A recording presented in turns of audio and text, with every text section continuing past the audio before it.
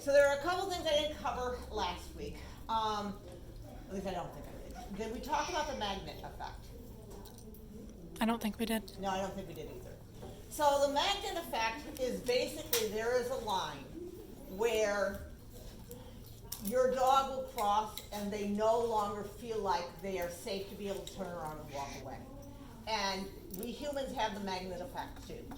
So it's basically, if you see somebody across your street with a knife, you're like, whoa, I think I need to go back in my house and lock my door.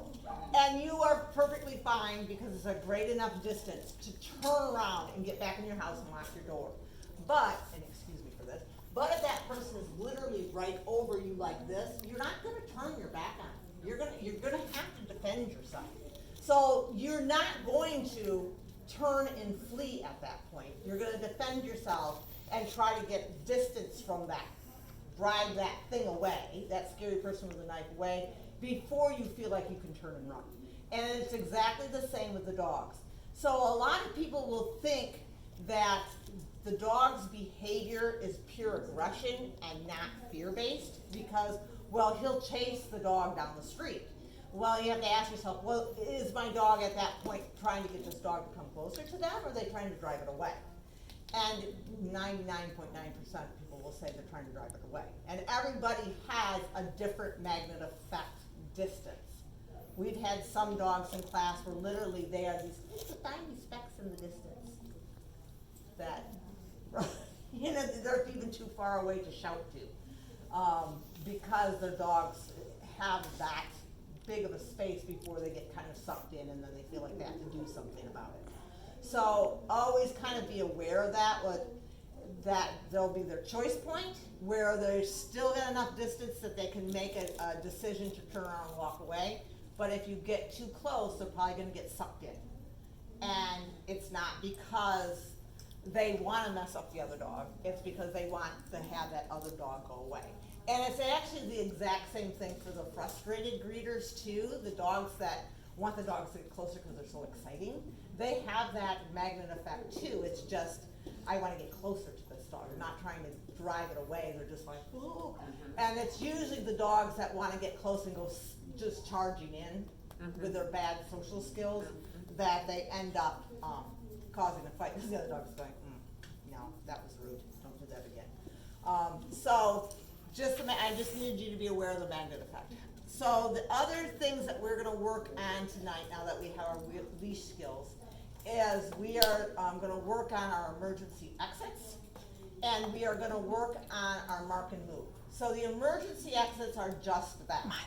That is when you see a trigger somewhere in the environment, and whether your dog sees it or not, you wanna make a 180 and get the heck out of there. And so what you want to do is you want to practice that without the triggers so many times that it just becomes this fun game that you're doing. So when there is a trigger out there and you do it, the dog isn't going, where is it? Where is it? Grisha, I don't know if it's in the original bat or the bat 2.0, she kind of calls it the oh shit. And that's usually what a lot of people will say. Is they'll go, oh shit. So she kind of suggests that you say something like that would normally come out of your mouth anyways, or a treat party or something. So what it looks like is you're walking your dog on the 20-foot line and they're minding their own business, and then you call their name or you say, oh shit, or whatever, and the moment the dog looks back at you, you cheerfully run away. And the dog, so it's this fun game. So the dog is kind of bouncing after you, and then when you get to wherever you're running to, then you drop a bunch of treats into the grass. So they have a reason to be running away. That way, it's not this big of a deal when you do it. Because if the only time you ever do it, when there's something out there, then they're gonna be looking for it. And that's when then you start dragging them away. So you don't wanna be able, you want them the moment that you say, whether it's their name or whether it's whatever you choose to have your emergency exit saying be, that you say it and then you run off, you feed. And I typically will do this multiple times just in an everyday walk.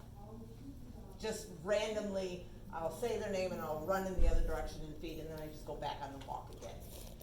And then they're always kind of, because it's fun, they're always kind of got that ear, go, are we gonna do it again? Are we gonna do it again? So they're kind of minding their own business, but it's also, they're waiting for it too.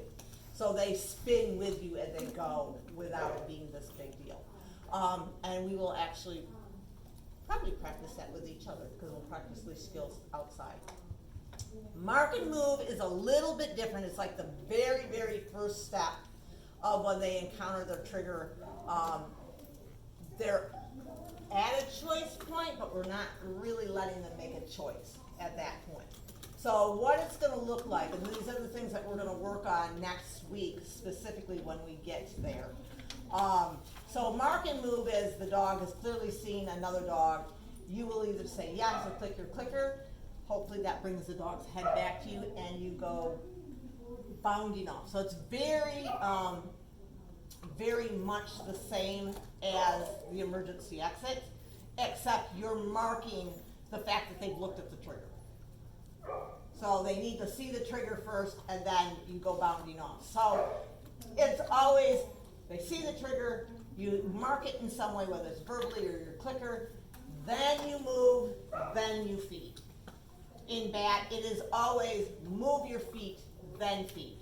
Because the functional reward is the distance.